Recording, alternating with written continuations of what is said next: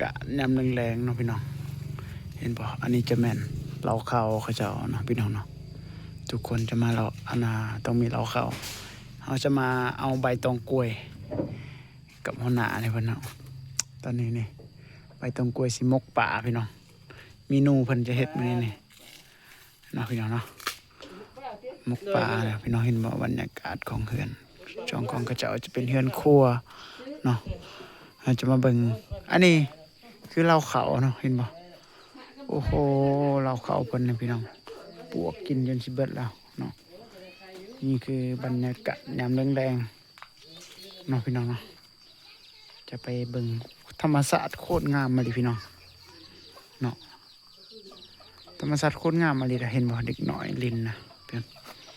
คืออยู่บ้านเขตนอกก็สิประมาณนี้แหละพี่น้องเลยเนาะเบิ่งเห็นบ่เราเข้าเพิ่นโอ้โหเฮ็ดประตูมันหั่นบานประตูสบายเลยเอาสังกะสีเลยพี่น้องเฮ็ดเนาะปอเลี้ยงปลาบ่นี่โอ้ขังไก่ไว้จะเป็นบานเขาเจ้าสิประมาณนั้นนั่นแหละเนาะนี่คืออิหยังเกาะเขาเอิ้นโอ้ไถกะคือมาเข้ากองแท้เนาะเข้ากองแน่ๆนะพี่น้อง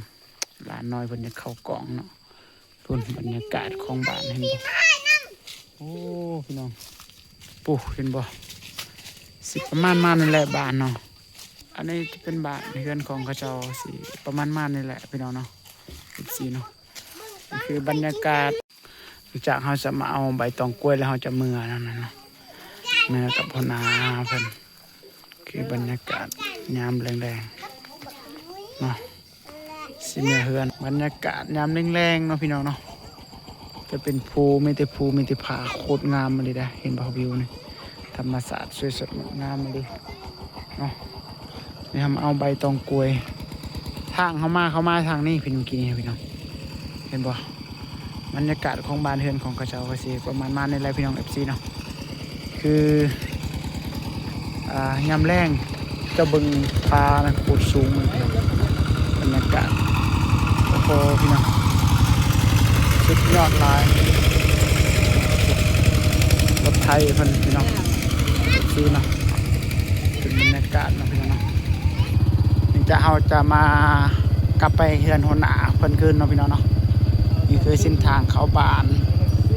เนาะพี่น้องเนาะโทรศัพท์หน่วยใหม่ก็สิประมาณนี่แหละพี่น้องหมู่บ้านจัดสรรเลยพี่น้องเอ้ยเห็นบ่แต่เฮือนเขาเจ้าก็คือเดียวกันหมดเลยลักษณะทางที่อันเดียวกันเนาะบ้านเฮือนเขาเจ้าเห็นบ่นี่กาดเห็นบ่นี่เขาโรงเรียนบรรยากาศบ้านทางนี่เขาเจ้าก็เฮ็ดให้ได้เฮ็ดโครงการจัดสรรให้เบิดบ้านเฮือนเนี่ยก็จะเป็นคือเดียวกันหมดเนาะคือว่าระบบเดียวกันถ้าว่าบ้านแตกต่างมันเจ้าก็จะเฮ็ดใหม่หรือว่าเฮ็ดเองเนาะบ่แม่นโครงการก็จะจัดสรรอันนึงจะเป็นโรงเรียนเห็นบ่วิวโคตรงามเลยพี่น้องบรรยากาศในบ้านมีแต่ป่ายางได้แค่นี้นะเนาะพี่น้องเนาะคือไม่ได้จกชนหลายแบบเขาเจ้ามีสวนยางของเขาเจ้าเองก็คักคือเดียวนะเพราะว่าถ้ามีสวนยางของตัวเองนั้นจะสบายพี่น้องเนาะโอ้เป็นบ้านสิประมาณเลยพี่น้องเอาพี่น้องคืออันนี้คือบ้านปักทึกเกินเนาะเป็นซอยก็เห็นเนาะเป็นซอยเป็นโซนเห็นบ่สบายดีพี่น้องป้องไปเนาะตอนนี้เราจะมาเบิ่งหมู่บ้านเนาะพี่น้องเนาะอันนี้จะเป็นหมู่บ้านปักทึกนะพี่น้องเนาะบ้านเนี่ยเราจะมาหลายเทื่อแล้วเนาะเป็นหมู่บ้านจัดสรรเนาะพี่น้องเนาะหลายบ้านเขาจะมาโฮมเดียวกันเนาะบางบ้านก็ตะกี้บ้านเขาก็เจ้าก็บ่ได้ใหญ่ดอกแต่เดี๋ยวนี้มันเป็นบ้านใหญ่แล้วนะพี่น้องเนาะเราจะมาเบิ่งนี่บรรยากาศคือทางที่เขามาที่พุ่นเมื่อกี้เนาะเบิ่งบ้านเฮือนของเขาเจ้าแม่นเฮือนลักษณะเดียวกันพี่น้องเนาะ พี่น้องอาจจะมาเลาะเบิ่งบรรยากาศทั่วบ้านเนาะพี่น้อง FC เนาะเห็นบ่ก็จะเป็นบ้านนี่เฮือนของเขาเจ้าแม่นคล้ายๆคือกันนะพี่น้องเลยเห็นบ่จะเป็นประมาณนี้เนาะอันนี้แม่นเฮือนของโครงการเขาเจ้าเฮ็ดให้ลักษณะคือเดียวกันเลยได้เห็นบ่แบบเนาะพี่น้องบรรยากาศเนาะพี่น้อง FC เนาะไปพี่น้องเราจะมาเลาะทั่วเลยเห็นบ่เฮือนหลังนี้กับหลังนี้คล้ายๆกันเนาะเพราะว่าเป็นยังเฮือนคือกันก็คือคอยได้ว่าเนาะพี่น้องเนาะ FC เนาะเป็นบ้านจัดสรรโครงการเขาเจ้าเฮ็ดให้เนาะทั้งลุ่มแม่นเสาปูนทั้งแม่นเสาไม้เนาะเฮือนลักษณะอันเดียวกันเลยเด้อพี่น้องเลยแต่แบบเฮือนจะเป็นแบบนี้แบบห้านเขาเจ้าในบ่อนี่นะแบบว่าจะเป็นเฮือนต่ำๆไปนี่หั่นนะแม่นเฮือนที่เขาเจ้าเฮ็ดเองเนาะแท้จริงสองชั้นแบบนี้มันจะบ่มีเนาะสันลุมนี่เขาจะบ่เฮ็ดให้เนาะโครงการจะบ่เฮ็ดให้แต่ว่าถ้าผู้ใดแบบมีเงินหรือว่าผู้ใดอยากเฮ็ดก็ต้องเฮ็ดเองหรือว่าจ้างบางคนก็เนาะจะเป็นลักษณะท่าทางแบบนั้นเนาะพี่น้องเนาะเห็นบ่พี่น้องอันนี้คือบรรยากาศทางที่เฮามาที่พุ่นอาชีพของเขาเจ้าแม่นจะเฮ็ดให้ส่วนละเฮ็ดให้แล้วก็บางคนก็ปลูกยางเนาะว่าจะเป็นต้นไม้นี่เนาะพี่น้องเนาะนี่ต้นไม้นี่ต้นไม้นี่ก็โครงการเขาจะเอาให้เลยนี่นะเนาะพี่น้องเนาะแบบเขาจะเอาให้ปลูกนะไปพี่น้องเขาจะไปทางนี้เนาะทางพุ่นเขาจะเปิดเพลงพี่น้องไปบ่ได้เพราะว่าถ้าว่าเขาไปมันจนมันสิแบนช่องเขาเนาะติดลิขสิทธิ์เพลงเขาเนาะพี่น้องเนาะอันนี้คือบรรยากาศของบ้านเนาะพี่น้องเนาะอาศิประมาณนี่แหละพี่น้องเลยเบิ่งพี่น้องเขาจะเลาะไปทั่วเห็นบ่จะเป็นหมากม่วงหมากสีดานี่เนาะพี่น้องหรือว่ากกไม้กกตอกนี่มันเขาเจ้าจะโครงการเขาจะเอาให้นี่พี่น้องเลยเขาจะปลูกขึ้นบ่ถนนหนทางเขาจะก็เฮ็ดให้เรียบร้อยมีแต่ไปอยู่นะว่าบ้านเขาเจ้าตะกี้มันพูนข้างหลังที่เขามาเมื่อกี้นี่เนาะมันจะเป็นทางอ่างนำเนาะพี่น้องเนาะปุ๊บเบิ่งนิดหน่อยเอ้ย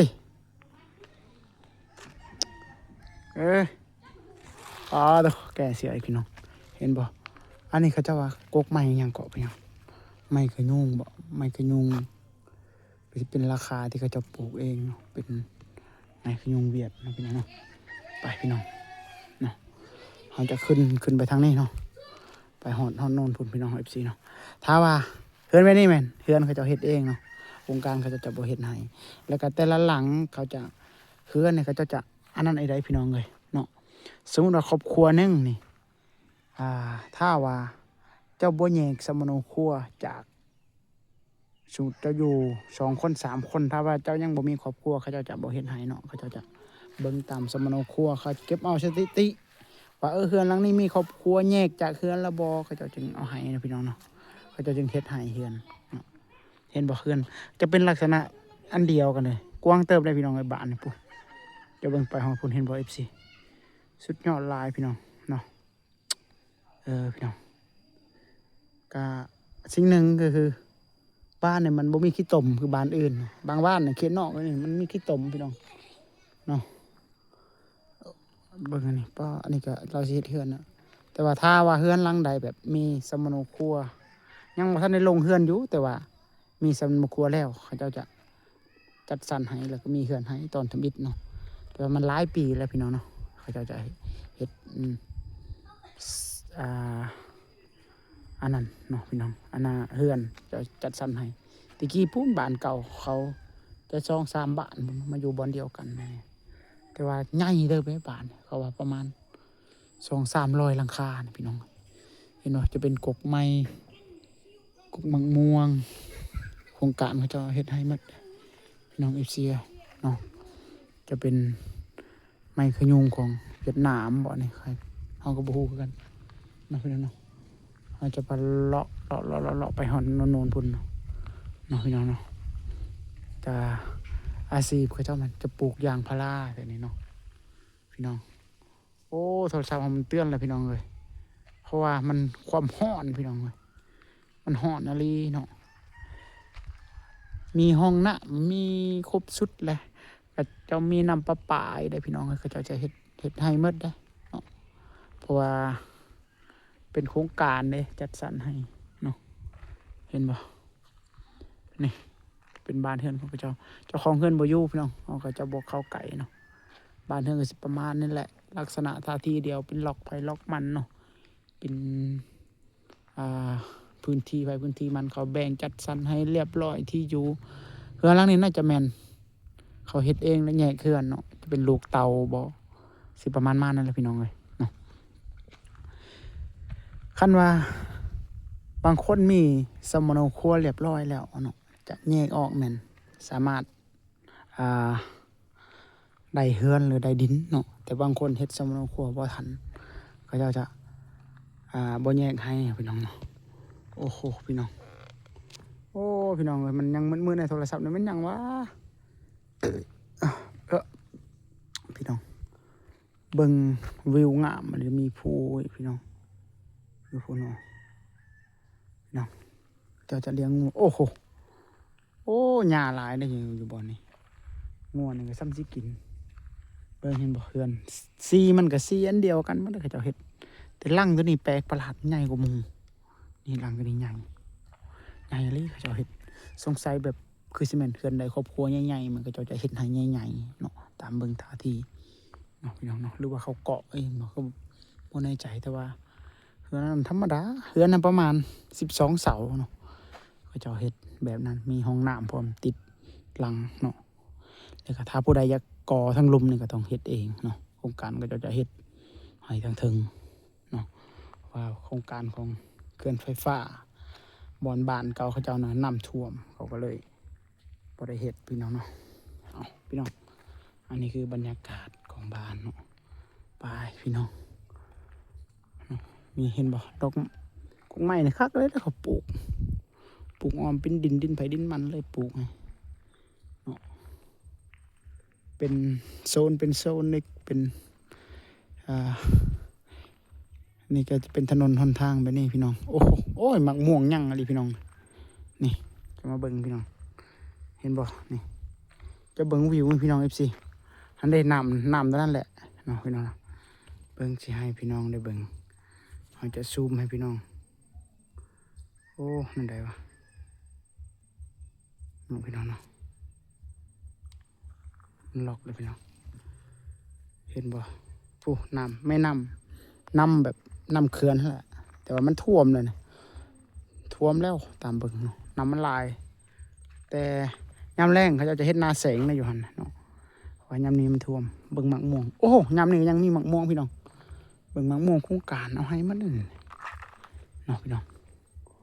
เบิ่งนี่ปุ๊แต่เฮาไปบ่ได้แล้วฮอดพุ่นพี่น้องปุ๊อยู่ปุ๊บรรยากาศเงียบเนาะแต่ว่ามันฮกกะลิบานเขาเอิ้นว่าบ้านปากถึกพี่น้องเนาะเป็นเผ่าเมยหรือเผ่าเมนประมาณนี้แหละเฮาก็บ่แน่ใจหรือเสียงปากมันจะเยินๆพี่น้องเนาะเขาจะเว้าโอ้โหโอ้หมักม่วงพี่น้องยังได้หมักม่วงกกนี่เบิ่งบักดกพี่น้องเห็นบ่พี่น้อง FC โอ้โหเนาะโอ้ตัวนี้สไตล์โมเดิร์นเทือนหลังนี่โอ้มันงัวกินหมดแล้วบ่อันนั้นทุกเพิ่นงัวกินหญ้าโอ้โหแต่ว่าเขาเจ้าบ่ค่อยได้ตัดหญ้าเฮือนเนาะเฮือนบ้านเฮือนของเขาเจ้าเดินเฮือนก็สิ66แน่เนาะพี่น้องเนาะก็มีไฟฟ้ามีอินเทอร์เน็ตสายอยู่ด้วยทางก็ดีอยู่เฮามาทุนมันทางแดงเนาะพี่น้องเนาะจะใช้เวลาห่างจากตัวเมืองพิบูลก็ไกลเติบเลยพี่น้องเอ้ยเนาะ30-40ลักนะครับบ่ฮอดเนาะประมาณ